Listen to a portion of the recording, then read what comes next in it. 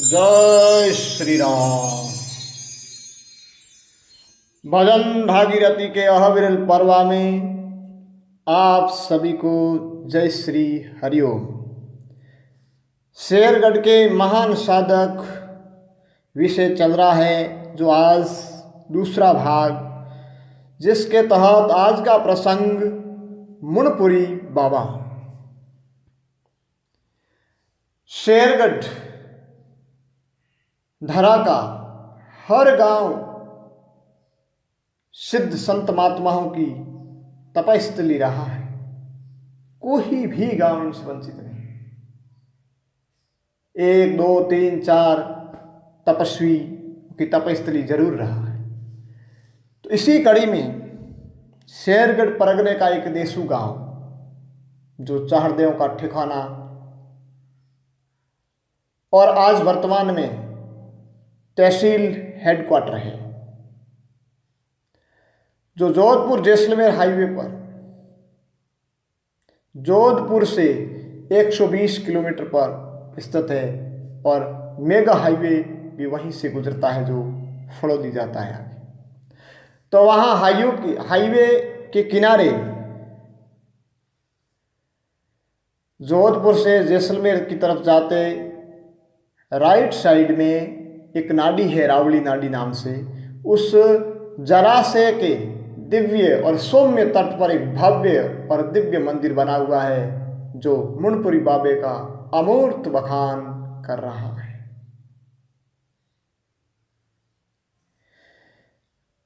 तो इन सिद्ध संत महात्माओं का यशोगान कर हम भी कुछ पुण्य अर्जित करते हैं, कुछ सुनकर के करते हैं। कहते हैं, किसी कवि ने कहा है कि जस वर्णन न हुए जठे वे धरती मर जाय, संत सती अरे सुरमा ए उद्र हो जाए। तो इस कवि के विचारों को चरितार्थ करते हुए आज हम यशोगान करने जा रहे हैं मुनपुरी बाबा विषय में। सत्संग कर लें थोड़ी।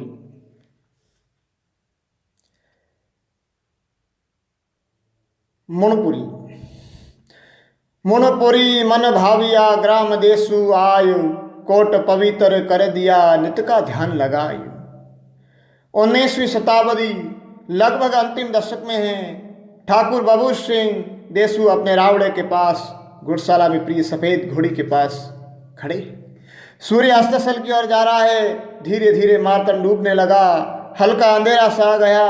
इतने में एक ब्रह्मचारी हाथ में तोंबी, एक झोली लिए हुए समक्ष खड़ा है। साक्षात वेद मूर्ति के मुंह से आवाज निकली, अलख निरंजन, अलख निरंजन। अलख निरंजन की आवाज सुनते ही ठाकुर ने नजर गाड़ी, तो एक साक्षात दिव्य वेद मूर्ति खड़ी है।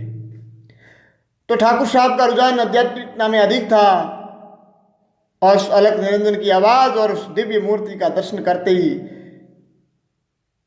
ठाकुर साहब के शरीर में सहसा एक हर्ष की लहर फैल गई। दंडवत प्रणाम किया और अपने रावड़े की तरफ चलने के लिए अनुनय भी नहीं किया। बाप जी ने कहा, मैं संध्या ध्यान करता हूं, आप रावड़े पधारें और अपना काम करें। ठाकुर साहब ने कहा कि आप हमारे रावड़े कोट में विराजे, वहीं संध्या बंदन वगैरह करना, और आप पधारे वहीं, तो चलो बस। तो वहाँ रावड़े कोट आ जाते हैं, और वहाँ जो बाहर जो सभा का कमरा, जिसको अपन कोटड़ी या कोट कहते हैं, वहाँ बाप जी ठहरे, और ठाकुर साहब अपने रावड़े में कुछ निजी काम के लिए गए। तो बाबा जी ने संध्या वंदन के लिए वहाँ किया, और ठाकुर साहब अपना काम धंधा करने के लिए ठाकुर साहब को गुड़शाला में आ गए।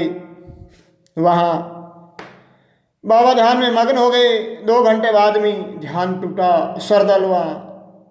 इधर उधर ठाकुर साहब ने वेद मूर्ति साक्षात शिव के स्वरूप की प्रचा इधर उधर किया कि एक संत महात्मा आए हुए हैं, तो वहाँ कई भक्तों का, कई श्रद्धालुओं का तांता लग गया, सत्संग होने लगी और ठाकुर साहब ने भोजन के लिए कहा, आप जी प्रसाद ग्रहण कर लीजिए, प्रसाद तैयार है। परंतु बाबा ने कहा मैं रात को भोजन नहीं करता। तो बाबा ने भोजन नहीं किया और सभी आए हुए श्रद्धालु सज्जनों ने भोजन प्रसादी ग्रहण की। अल्प समय में ठाकुर साहब की बाबा जी से आध्यात्मिक चर्चा हुई और फिर बाबा जी ने कहा, आराम करो भाई, अब सत्संग हो गई है। इस प्रकार बाबा काफी समय तक ज्ञान भक्ति की गंगा बहाते रहे। कई दिनों तक वहीं रुके और श्रद्धालुओं में एक भक्ति का वातावरण फैल गया। जोगी मनड़े सोचियो तीर्थ करवा जायु, बबूत घोड़ी देवदहु दिन 15 से आए। एक दिन बाबा जी ने ठाकुर साहब को कहा कि ठाकुर साहब आपकी ये जो सफ़ेद घोड़ी है ये मुझे दो, मैं तीर्थ भ्रमण करके आता हूँ। तो बाबा जी ने, ठाकुर साहब ने कहा, हुक्म सब आपका ही है, जो आपकी इच्छा हो ले जाइए। बाप जी ने कहा कि मैं 15 दिन बाद आ जाऊंगा। और वो घोड़ी, ऐसा कहकर के बाप जी घोड़ी लेकर रवाना हो गई। जाते हुए दिखाई दिए 15 दिन, क्या 15 दिन बीते, 1 माह 2 माह व्यतीत हो गए, 4 माह 5 माह 6 माह, लेकिन बाबा जी पुनः पधारे ही नहीं। घोड़ी लेकर चले गए।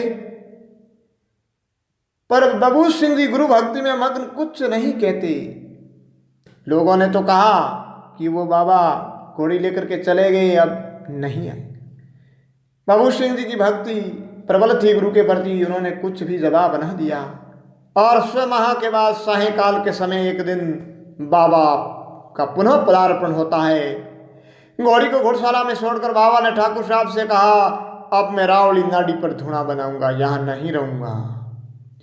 तीरथ कर जोगी आविया, घोड़ी दी संभल आयु, देचू नाडी रावली धुना दिया धुकाई। बाबा जी ने रावली नाडी पर धुना बनाया। इस बात की चर्चा सारे गांव में फैल गई। एक गुरुमुखी शिष्य प्रजापत जो रात को 9 बजे रावली नाडी पर धुना पर गया, देखता है कि बाबा जी के सिर हाथ पांव सब अलग अलग पड़े हैं। बाबा जी की यह दशा देख करके वो तो भयभीत हो गया, पुनः आ गया। जबकि बाबा जी के पास ये खंड मुंड रुंड मुंड विद्या थी, जिसको बाबा जी अब लीला समेटना चाहते थे, पर्दे होना चाहते, इसलिए उन्होंने ऐसी विद्या की थी कि कोई यहाँ ज़्यादा भक्त न आए, हमारे भजन में विघ्न पैदा न करे, कोई जरा भीड़ न हो, परम शांति में अखंड ध्यान लगा रहे। तो प्रजापत ने ठाकुर साहब के पास जाकर कहा कि बाबा जी की तो किसी ने हत्या कर दी। ठाकुर साहब ने कहा सुबह जाएंगे, रात को नहीं जाएंगे, वो बाबा है, फकीर, जो जैसा है सुबह जाएंगे। क्योंकि ठाकुर साहब बाबा जी के विषय में सब कुछ जानते थे कि वो एक दिव्य है, एक अलौकिक मूर्ति है, शिव स्वरूप है। तो गए नहीं, सब कुछ पता था। फिर क्या, कुछ समय व्यतीत हुए और कुछ समय के बाद में बाबा जी ने रावली नाडी पर समाधि खोदने का आदेश दे दिया। ठाकुर साहब रावली नाडी पर समाधि खोद कर तैयार कर दी गई। रात्रि सत्संग जागरण हुआ। प्रातःकाल समाधि स्थल पर बाबा जी पद्मासन लगाकर बैठ गए और बबूत सिंह ठाकुर साहब को बुलाया और हाथ का कंगन, हनुमान जी की तस्वीर, चादर, कुछ पुरानी पुस्तकें देकर कहा, न्याय और सत्य पर चलना, आपकी बात सदस्य चलेगी। ऐसा आशीर्वचन बाबा जी ने ठाकुर साहब को दिया। कड़ा सादर तस्वीर जो बबूत सिंह को देत, सत्य न्याय सलना सदर वचन मेरा सुन लेत। कोई दीन दुखी आवे, कंगन धोकर कलेश दे देना, ठीक हो जाएगा। इतने में एक अनार सिंह सहरदे, उनके जो परम भक्त, सामने आकर के एक पांव पर खड़े हो गए। बाप जी मारे। तो बाप जी ने कहा, आपके भाई दाता देसी दत्तो, यानी बाप जी को पता था उनकी मनोअभिलाषा क्या है, पुत्रेश पुत्रेष्णा थी, यानी पुत्र नहीं था। तो बाप जी ने कहा कि आप भाई आपको दाता देसी दत्तो, अर्थात ईश्वर एक पुत्र देंगे जिनका नाम दत्त सिंह रखना। ऐसा कहते हुए हरिओम, यानी हरिओम के उच्चारण के साथ अपना स्थूल शरीर समाधिस्थ कर दिया। 1898 पहुंच गए प्रमधाम, भादव बदी बारस मिले सत में सत विश्राम। वर्तमान में ठाकुर बाबू सिंह जी के वंशज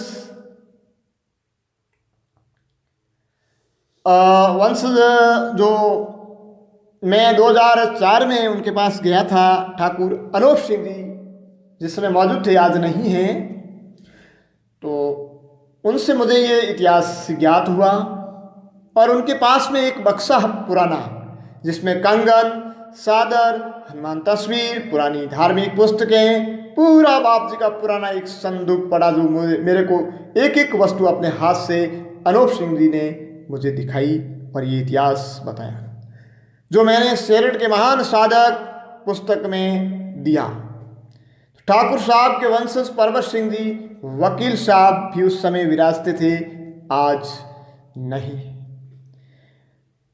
उन्होंने भी इतिहास दिया और उनकी अध्यक्षता में रावड़ी नाडी पर एक भव्य मंदिर का निर्माण भी हुआ, जहां भाद्रपद व माघ माह के कृष्ण पक्ष की बारस को विशाल मेला लगता है। एक बार देशु निवासी मालवा से अनाज लेकर आ रहे थे और बर घाट में बाबा जी को दौड़ते हुए देखा। लोगों ने कहा, बाबा जी दौड़ते क्यों हो? बाबा जी ने कहा, देशु ग्राम में आग लग गई है इसलिए दौड़ रहा हूं। तो बाबा जी ने देशु में लगी आग को आगे नहीं बढ़ने दी, यानी वे बर घाट में गए हुए थे और उनको पता नहीं था कि बाबा जी ने जिस समाधि ले ली है। समाधि लेने के बाद ऐसा हर एक का उदाहरण मिलता है कि कहीं कहीं किसी न किसी भक्त को दर्शन एक बार जरूर देते हैं, एहसास कराने के लिए, उनको वास्तविकता यानी संतुष्टि प्रदान करने के लिए। तो बर के घाट में बाबा जी को देखा तो क्यों दौड़ते हो, कि क्या करें, देशु में आग लग गई है। और जब वो वापस देशु आकर के चर्चा की तो वास्तव में लोगों ने कहा कि आग को आगे नहीं बढ़ी थी, एक चमत्कार स्वरूप ही हुआ था। अतः मुनपुरी बाबा एक महान सिद्ध साधक और भगवान के नित्य अवतार स्वरूप संत थे।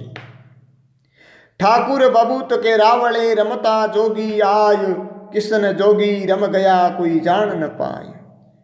मुनपुरी महाराज की जय हो। हर हर महादेव।